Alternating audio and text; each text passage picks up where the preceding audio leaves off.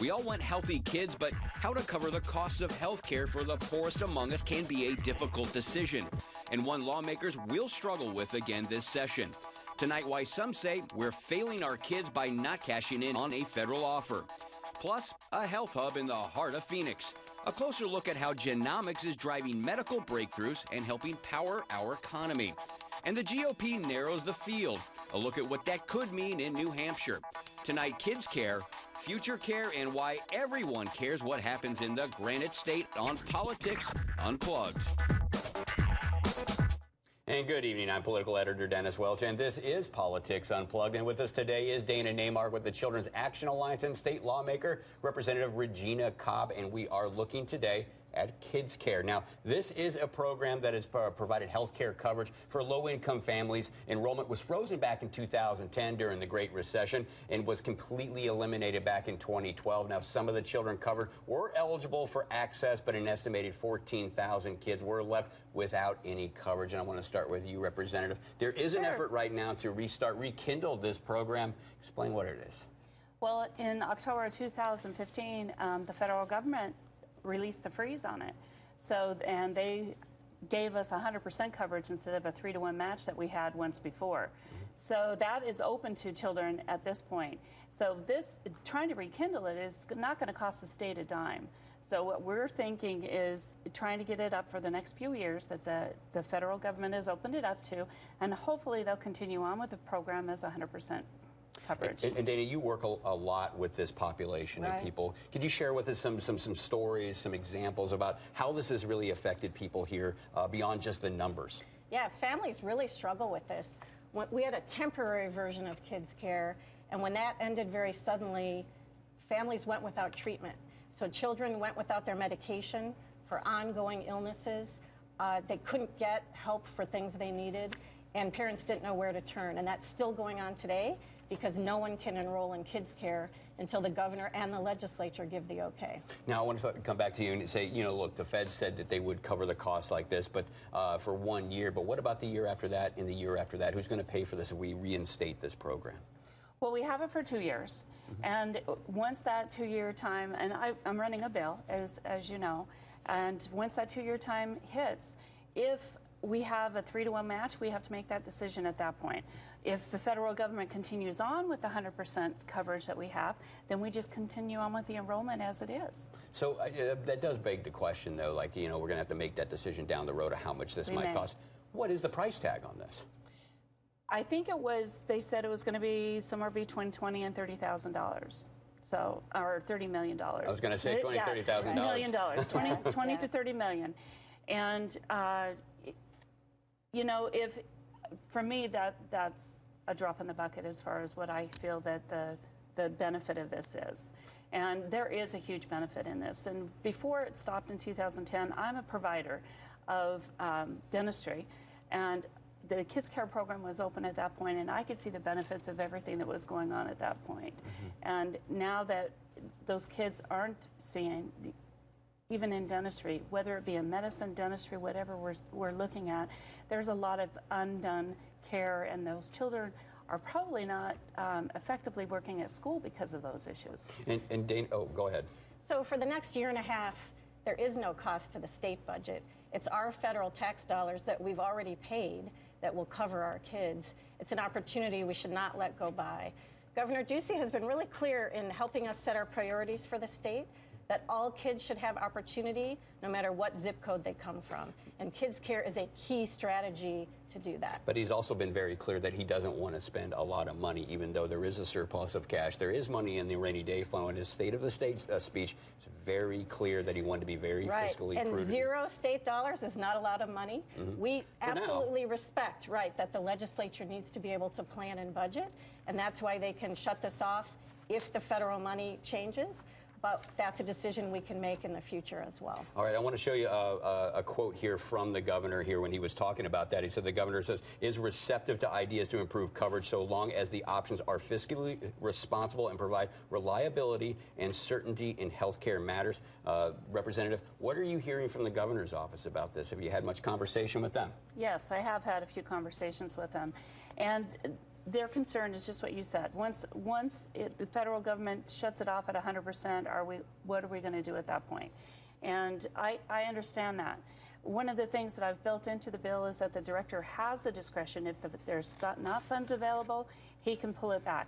If the funds stop, he can stop the program. But to get at least a year and a half, 2 years under our belt and have these kids between the 138 and 200% of the federal poverty level being able to have health care is phenomenal. I just think that we're missing the boat here, and we are the only state right now that is missing the boat. We're the only state that does not have a children's health insurance plan in this age group or in this poverty level group. All right, now Dana, I want to ask you real quick, isn't access really enough to cover these children? No, because this is a different group of children. So access covers up to, wonky in the weeds here, up to 138% of the federal poverty level. Sure. There are a lot of families who earn just above that. They're working parents, working families. They can't afford Obamacare. The costs for the deductibles, the premiums, and the co-pays are just too high, so their children are going without coverage and without doctor visits. And we're all paying the cost of that. Teachers notice it in classrooms. Families are struggling. They can't buy medication. We can change that with something right before us, a great opportunity. We shouldn't let it go by. And there's something that's in the Obamacare plan right now that's called the family glitch. And what that is if one family member has affordable insurance for themselves, they cannot qualify for some of the subsidies that they're getting back from the Obamacare administration. So that means those families, if one person is covered, to get the rest of the family on there, they have to buy the plan through whatever insurance company that they're with, and they don't get that subsidy back. Now, real quick, this bill is going to be heard, I believe, on Tuesday. Is there enough support to push this through the legislature, get this to the governor's desk? I certainly hope so. I feel positive. I feel it's got some good backing behind it. It's also being heard in the Health Committee, which I'm vice chair of. So I think that our committee is really diligently looking at this, and I think it'll go through our committee pretty easily. And I think lawmakers are hearing from their constituents how much people want this. Children are a top priority. This is something we have already paid for with our tax dollars. We should be getting the benefit. All right, and we'll just leave it at that for right now. We have lots more to come here on Politics Unplugged. Still ahead, Ted Cruz wins in Iowa, but New Hampshire is next. We'll take a closer look at the lineup there. And unlocking the secrets of the body in downtown Phoenix, researchers at TGen find the key to an age-old mystery. Can people really die of a broken heart? The interesting thing about this disease is that it's really intrigued physicians for a long time, a very long time. And so to us, we thought, well, can we apply this new technology to investigate this really old, interesting phenomenon of broken heart syndrome? Coming up next, how bringing research and medicine together is turning the Valley into a high-tech health hub here on Politics Unplugged.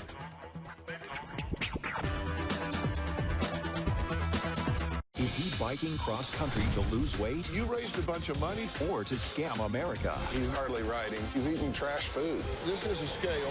Step on. All new Dr. Phil. Monday at 3 on 3TV. Steve's spreading the love all week long. Her fiance's trading in his hip-hop look. Marjorie changed my style. That's how all this sexiness came. Check out his Steve Harvey upgrade. Then Steve's forced to step in with dueling dance. On 3TV. The perfect Valentine's gift. The Jewelry Exchange has dancing tanzanites for $69, 1/5 carat 3-stone diamond hearts $89, and top white studs just $69. Thousands of gifts guaranteed to appraise for double. The Jewelry Exchange, Phoenix. You want to find chemistry with a career you love. And let's face it, you'll look pretty good in a lab coat. How about a career in pharmacy technology? Carrington College is training the next generation of pharmacy technicians, and in less than a year, you could be one of them, helping people get the medications they need. So what are you waiting for? Call 877-777-1508 or visit carrington.edu today. At Sullivan Motor Company, we're having a match your tax sale. Bring a copy of your tax return or let us do your taxes for you, and we'll match your tax return dollar for dollar. Sullivan Motor Company is Match Your Tax Sale, going on this week at 1515 West Broadway in Mesa. Lowe's presents How to Put Your Foot in Your Mouth. Man, wish my yard looked like yours. Hey, the grass is always greener on the other side of the... Sorry. Now get 20% off Stay Green fertilizer at Lowe's.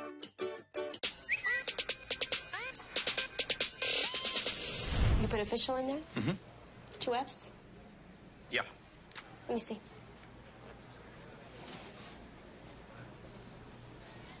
Okay. Here's your lemon pepper. Oh, I love you. What? I didn't say anything. If you've tried it, you know. If not, it's time to taste the famous flavors of our lemon pepper wings. Only at Wingstop. Get at it. Trucks Only has been selected as a site to host a backlot liquidation sale. This weekend only, hundreds of bank repo, off-lease, and fleet vehicles will be sold off at this event. View the vehicles being offered at trucksonlyliquidation.com. It's the backlot liquidation sale this weekend at Trucks Only. And welcome back to Politics Unplugged. And joining us now is Tess Burleson, Chief Operating Officer of the Translational Genomics Research Institute, TGen for short. I want to thank you very much for joining us here. Now, before the break, we did see a little bit about a new discovery at TGen. Researchers there discovered a group of genes that can determine whether someone is likely to die of a broken heart brought on by a physical or emotional stress. And the interesting thing is that this was the result of a partnership with TGen and the Barrow Neurological Institute. Here's a little more about that partnership and what it means. This is the perfect example of really how research and medicine collide and how we really solve our problems facing us medically right now in the country. If you know what the patient's risk profile for certain diseases are, or if you know what the patient's response profile to certain medications are, then you could, by having that information, tailor treatment. That was Dr. Huntelman with TGen, also talked about part of the mission for the research. And now it's turned the findings into practical applications as soon as possible. You know, can you tell us a little bit about this program, a little bit about what's going on here? So TGen is a medical research organization where we apply just basically the tools to sequence the human genome to determine what is an underlying genetic cause for different diseases or disorders. So in this case, they sequenced the genome for those patients that had this syndrome, and they identified a common gene or commonality amongst those individuals. And they can then say, look, this is significant in terms of how many patients it affects. So we do the same thing across many different disease areas, including cancer, neurological disease, cardiac, obviously with the broken heart syndrome, and as well as infectious disease or pathogens, the viruses, the bugs, the fungi, and that kind of thing. So I mean, it sounds interesting that you can find and locate, you know, broken heart syndrome and whatnot. But in terms of real application, how does that help in the real world? Well, if you know someone's at risk for something, you're better at finding the right intervention for that individual, whether it's avoiding something, or it's a drug approval, or a potential for a new drug target, or many different interventions. It doesn't have to come in the form of a drug, but you avoid certain things, or you do certain things that will help the right gene expression, or to help you manage that condition.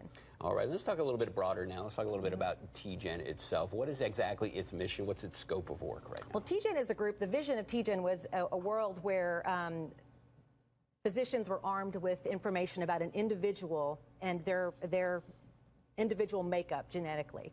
So applying that in a research setting to figure out what are those, and in which disease case or which disease state or healthy state, what does that look like? So since the first genome was sequenced in 2002, the first genome came out, Dr. Trent came to the Valley. He really had the vision of translating that, not just studying in a lab, but how does it really impact care?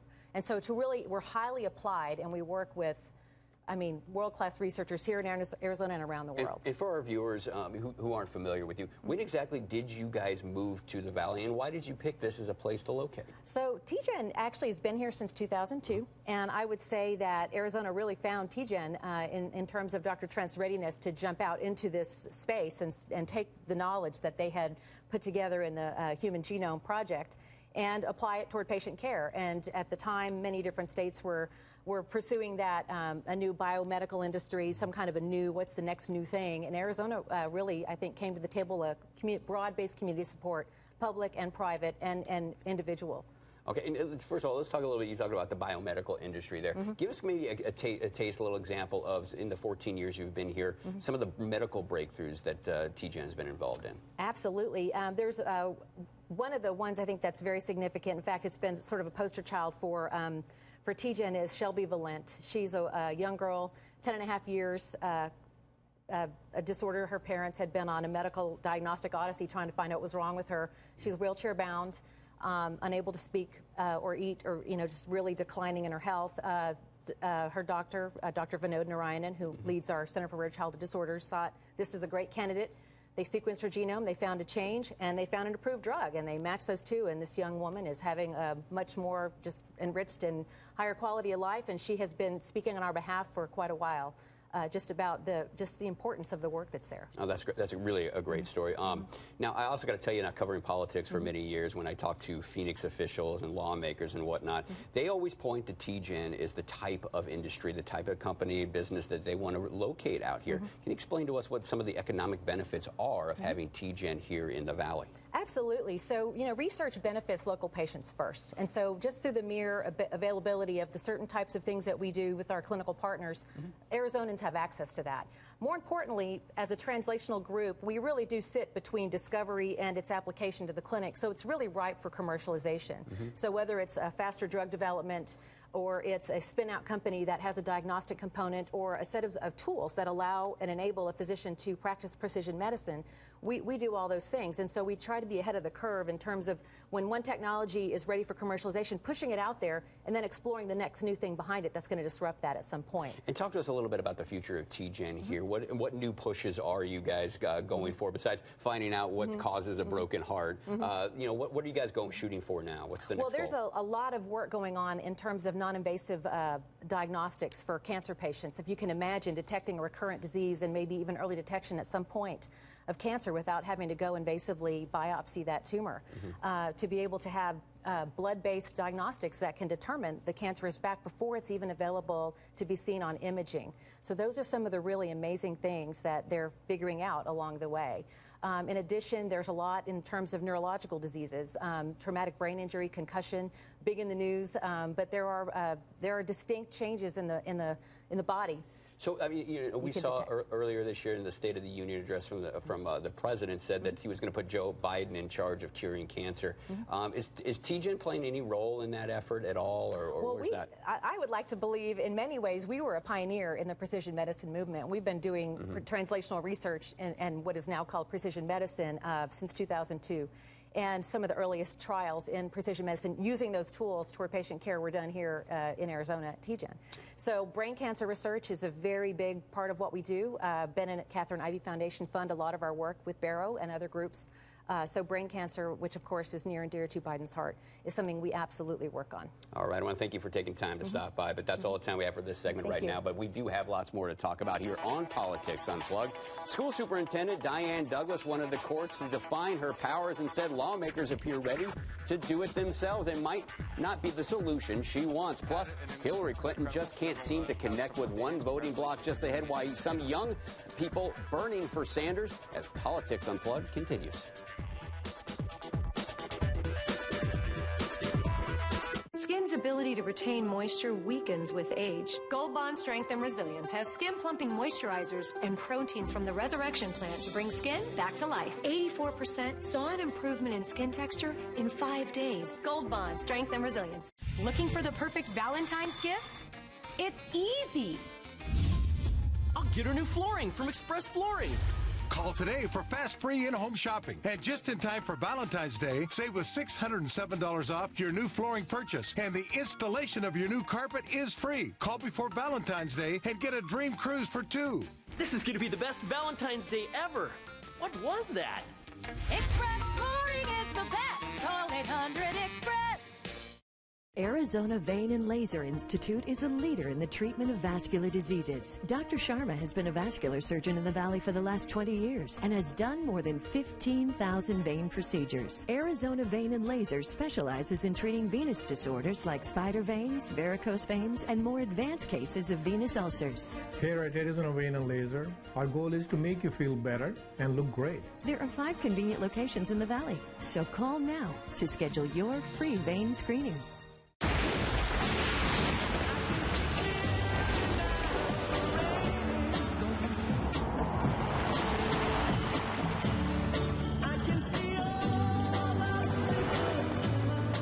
Nissan's family of crossovers with intuitive all-wheel drive. See driving in a more confident light. Choose Road, just $199 per month. Or get 0% financing for up to 60 months on Pathfinder. Shop your local Nissan store and choose Nissan.com. Innovation that excites. Again! Again!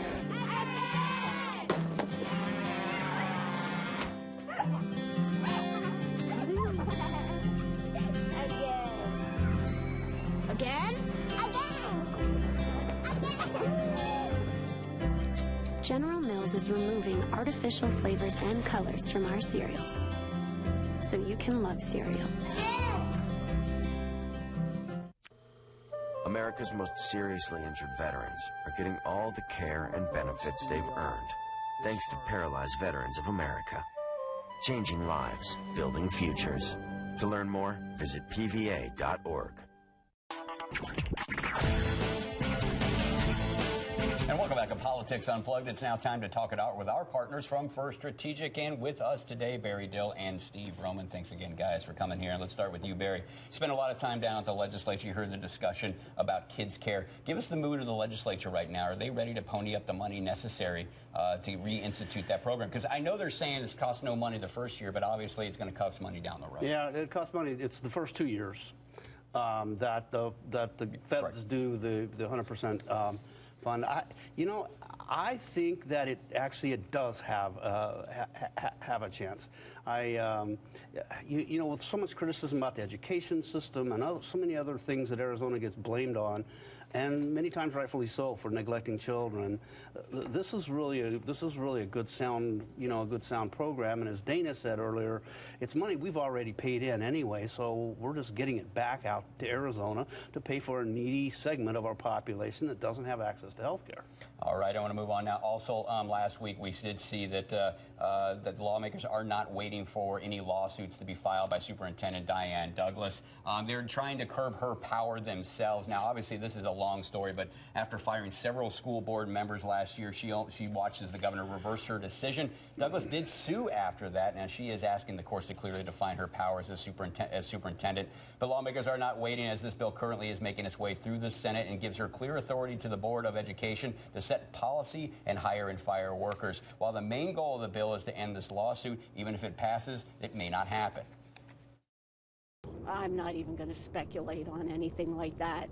How do you file a law when they change the law? A lawsuit when they change the law? But once again, you can call evil good and good evil. I guess you can also call unlawful lawful if you want to.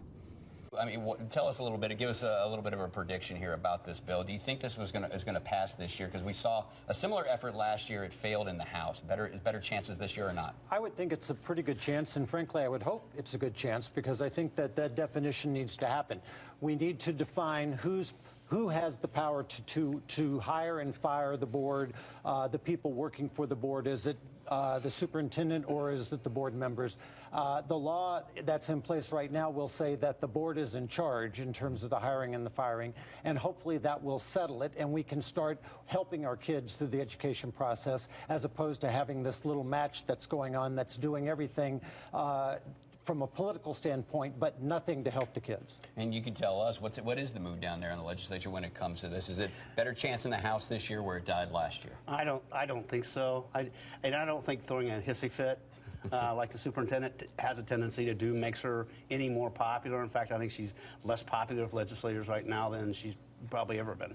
All right, now let's move on to a little bit of national news. Obviously, a lot of stuff happening last week. Ted Cruz won the Iowa caucuses on the Republican side this past week. Some say it was because of some shady business, including a report from the Cruz campaign that Ben Carson had dropped out of the race. That one came just hours before people headed to the caucus, but nonetheless, Cruz was first, followed by Donald Trump and Marco Rubio, just 1 point behind Mr. Trump. Now, tell us a little bit, explain what happened there, because it looked like Trump had all the momentum going into this race. Why did this happen like it? I think he had Trump. We always knew that Cruz was going to have a better ground game.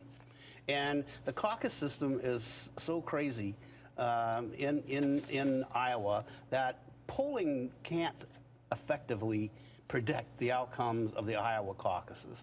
And so, therefore, I think Cruz's crew just did a better job of getting their people to the caucus and then inside the caucus having them vote for him. Now, after the caucus, we saw Rick Santorum and Rand Paul drop out of this race. We're moving into New Hampshire, still pretty big field. Who's on the chopping block here if they don't perform well?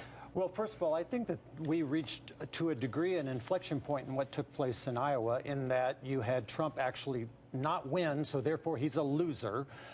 He came in second, and you had Rubio, who did significantly better. I think that changes the dynamics of what takes place in New Hampshire.